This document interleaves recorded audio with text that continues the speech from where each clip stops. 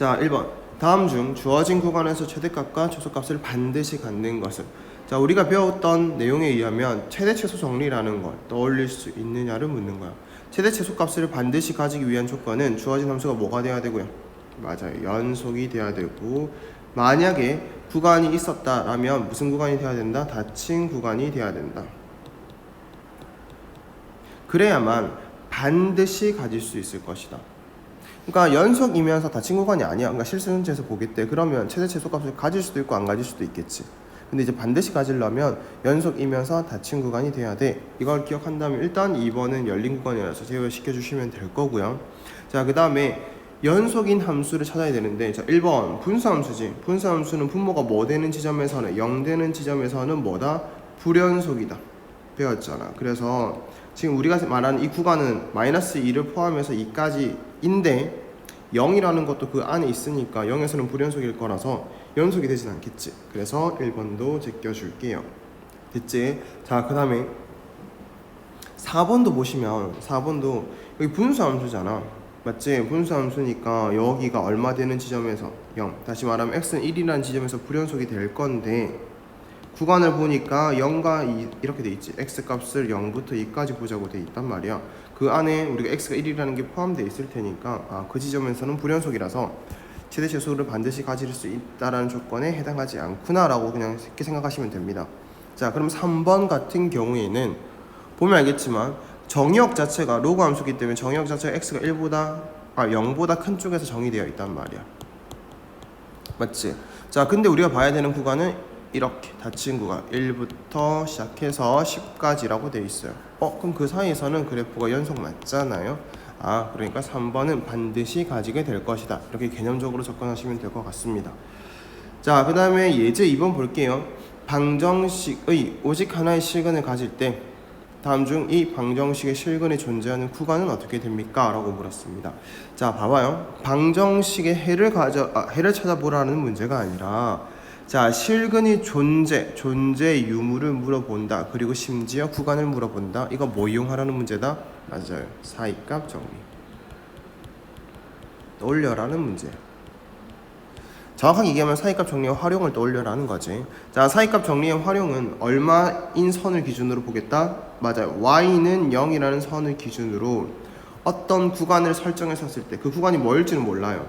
어떤 구간을 설정해 봤었을 때, 예를 들어서 1번처럼, 즉 1번에 대한 보기를 볼게요. 1번처럼 x값이 마이너스 2, 그 다음 x값이 마이너스 1인 구간 사이에서 보겠다. 그러면 마이너스 2라는 지점에서의 함수값과 마이너스 1이라는 지점에서의 함수값이 뭐가 달라야 된다?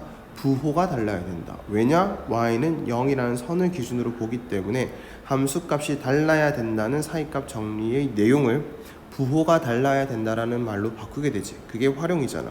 자, 그래서 나는 이제부터 어떤 함수 fx라는 걸 x 세제곱 플러스 x 마이너스 9라고 정할 거고요. 마이너스 2의 값을 계산을 해볼 거야. 자, 근데 이 계산할 때의 목적이 뭐냐면 정확한 값을 본다가 아니라 부호를 본다가 목적이 되는 거야. 이해하셨죠? 자, 그래서 이거 갖다가 넣어보시면 알겠지만 값은 음수가 된다는 거 확인할 수 있을 겁니다. 자, 그리고요, f-1 값도 갖다 넣어보면 어떻게 돼요? 음수가 돼요. 자, 그럼 둘 다 음수에서 찍힌단 말이야. 이해했죠? 그래서 둘 다 음수에서 찍히게 될 건데, 이렇게 되면 우리가 그래프를 진짜 직접 그릴 수 있는 상황을 제외하고는 그냥 뭐라고 해야 되냐면 이 사이에 해가 존재할지 안 할지 모른다라고 얘기를 해야 돼. 무슨 말이냐? 우리가 애초에 여기가 찍히고 여기가 찍혔다라고 하면 연속인 함수잖아. 3차 함수기 때문에 다항 함수라서 연속이란 말이야. 그럼 무조건 어떻게든 이어지게 돼 있어. 이렇게 이어지든 이렇게 이어지든 이어지게 돼 있기 때문에 적어도 하나의 해가 존재한다라고 얘기를 할 수 있지만 지금처럼 음의 값에서 음수인 부분에서 함수값 두 개가 찍혔을 때는 어때요? 요렇게 될 수도 있겠지만 아닐 수도 있거든. 그래서 무조건 해가 존재한다고 말을 못해. 알겠죠? 그래서 지금은 이 문제는 뭘 하자는 거냐면 지금 문제 보기에 나와 있는 것들의 지점마다의 뭘 확인하자? 부호 확인을 하자. 부호 확인을 해 봤었을 때, 자, 계속 확인하고 있는 겁니다. 선생님이 값을 넣어서 확인해 보고 있었더니 f2를 넣게 되면 드디어 뭐가 되냐면 양수가 돼요. 그러니까 다시 얘기하면 x가 1인 지점과 x가 2라는 지점을 놓고 봤었을 때 1이라는 지점에서의 함수값은 뭘로 찍힌다? 음수로 찍힌다. 근데 2라는 지점에서 함수값은 뭘로 찍힌다? 양수로 찍힌다. 근데 이 함수는 무슨 함수라고요? 연속함수. 그러니까 그래프가 이어지게 돼 있다. 이렇게 이어질지 아니면 뭐 이렇게 이어질지 아니면 그냥 이렇게 이어질지 안다 모른다? 알 필요 없다.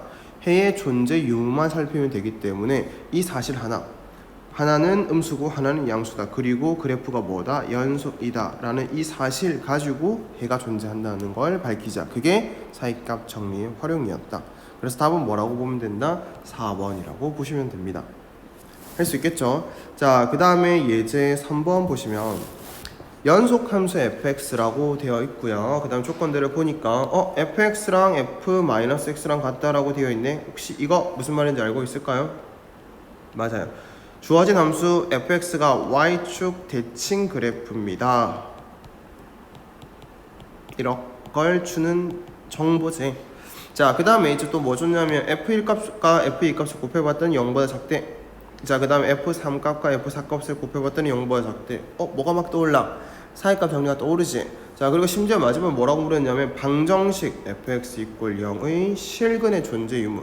더 디테일하게 이번에는 적어도 몇 개를 가지는지까지 물어본 겁니다. 자, 그러면 우리가 오른쪽에 있는 이거 0 있지? 이 선은 먼저 그어야 된다고요. 사이값 정리의 활용. 다시 말하면 방정식 해의 존재 유무는 y는 0을 기준으로 보는 게 목적이야. 그래서 1이라고 하는 지점,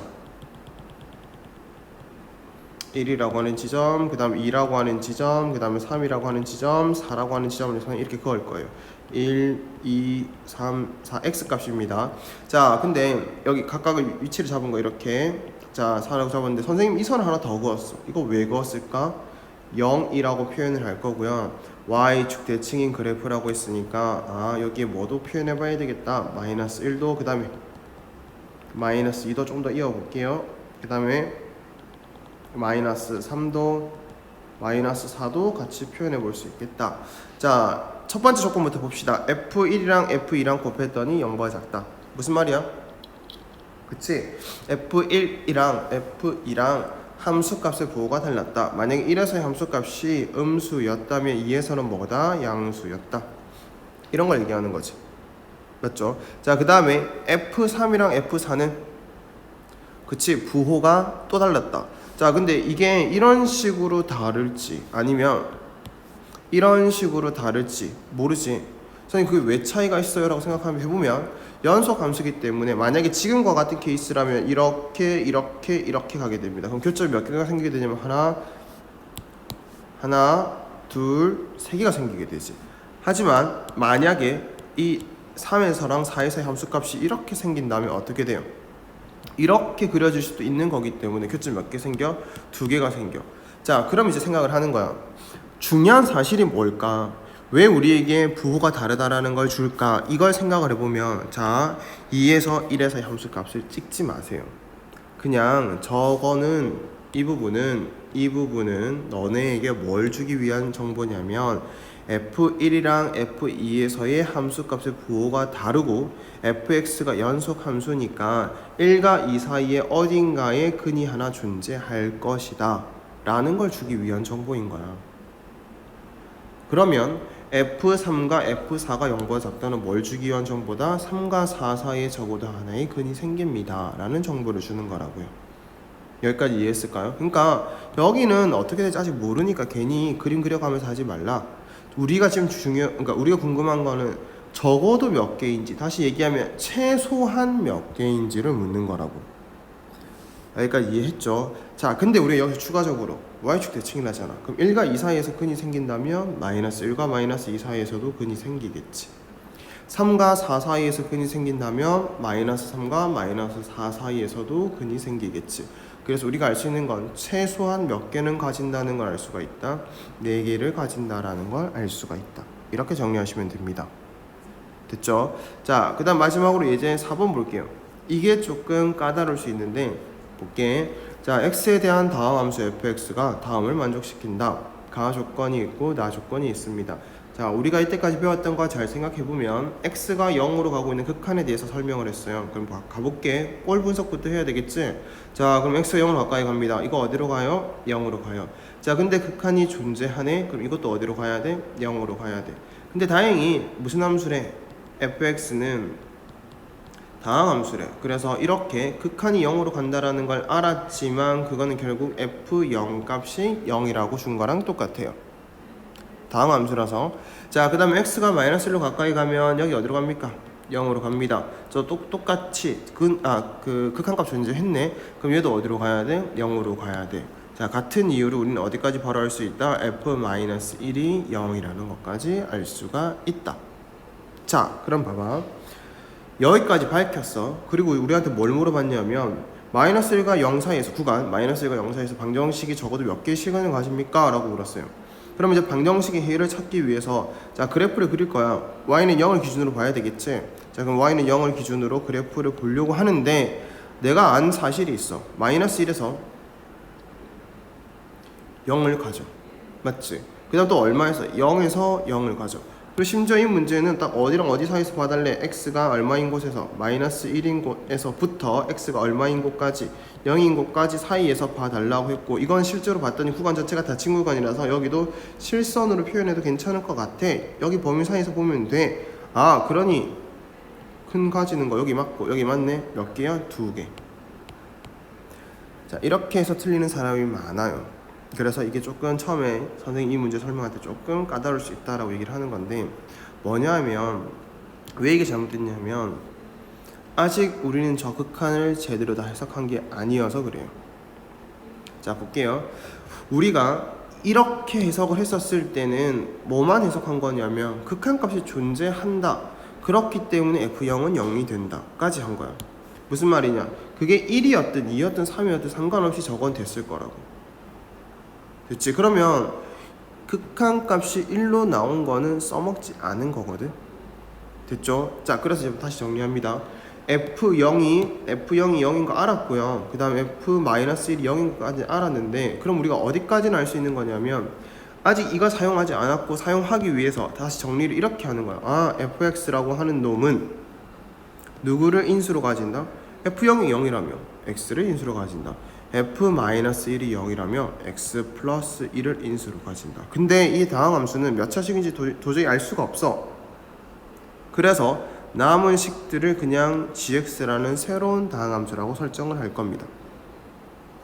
자, 그러면 가하 조건이 이제 어떻게 쓰여지게 되냐면 리미트 x가 0으로 가까이 갈 때 x는 약분이 되잖아. 약분되고 나면 x 플러스 1 곱하기 gx가 될 거고, 그것의 결과가 1이니까 우리는 이런 결론에 도달하게 되지. x가 0 가까이 가보면 g0이 얼마다? 1이다. 됐지? 한 번 더 가볼게요. 여기 나 조건에서도 다시 써보면 리미트 이번에는 x가 마이너스 1로 가까이 갈 건데 fx가 이해를 하잖아. 그지? 근데 이건 지금 x 플러스 1분의 fx잖아. 저 fx를 x 플러스로 나누면 될 거니까 남는 식 x 곱하기 gx가 될 겁니다. 됐지? 근데 x가 어디로 가요? 마이너스 1로 가까이 가. 그때 극한값이 얼마가 나와? 3분의 2가 나와야 돼. 그럼 마이너스로 가까이 가볼게. 그럼 마이너스 1 곱하기 g 마이너스 1이 될 건데 그게 3분의 1에. 따라서 우리가 알 수 있는 사실은 g 마이너스 1 값은 얼마다? 마이너스 3분의 2다. 이렇게 알게 되는 거야. 자, 그럼 무슨 얘기를 해주는 거냐? 봐봐요. g라는 놈도 결국은 다항함수야. 이것도 다항함수인데 0에서의 함수값이 1이고 마이너스 1에서의 함수값이 마이너스 3분의 2야. 뭐가 생각나? gx라는 함수가 다항함수다. 다시 말하면 연속이야. 그치? 자, 근데 g0 값과 그 다음에 g-1 값을 곱하면 0보다 작고, 부호가 음수라잖아. 곱한 것이. 그리고 서로 다른 부호를 가진다는 거잖아. 그러면 gx라고 하는 요 놈은 0과 마이너스 1 사이에서 근을 가진다 안 가진다? 가지게 될 것이다. 이게 사이값 정리 활용이잖아.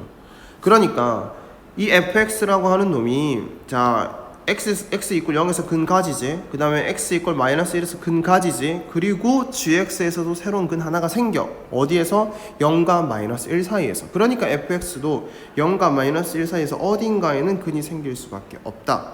그러니 우리가 이 극한을 통해서 알 수 있는 최종적인 결론은 fx = 0을 몇 개의 실근을 가질 것이다. 적어도 3개의 실근을 가짐을 밝힐 수 있다. 이렇게까지 정리를 하시면 됩니다. 자, 그래서 사이값 정리라는 건 얘들아, 요 정도의 예제를 통해서만 잘 정리해놔도 실제 뭐 문제 푸는 데는 크게 어려움이 없을 거거든요. 근데 중요한 건 내용 자체를 잘 기억하고 있어야 되는 게 중요하기 때문에 내용 기억하는 거에도 조금 신경을 써주셨으면 좋겠습니다.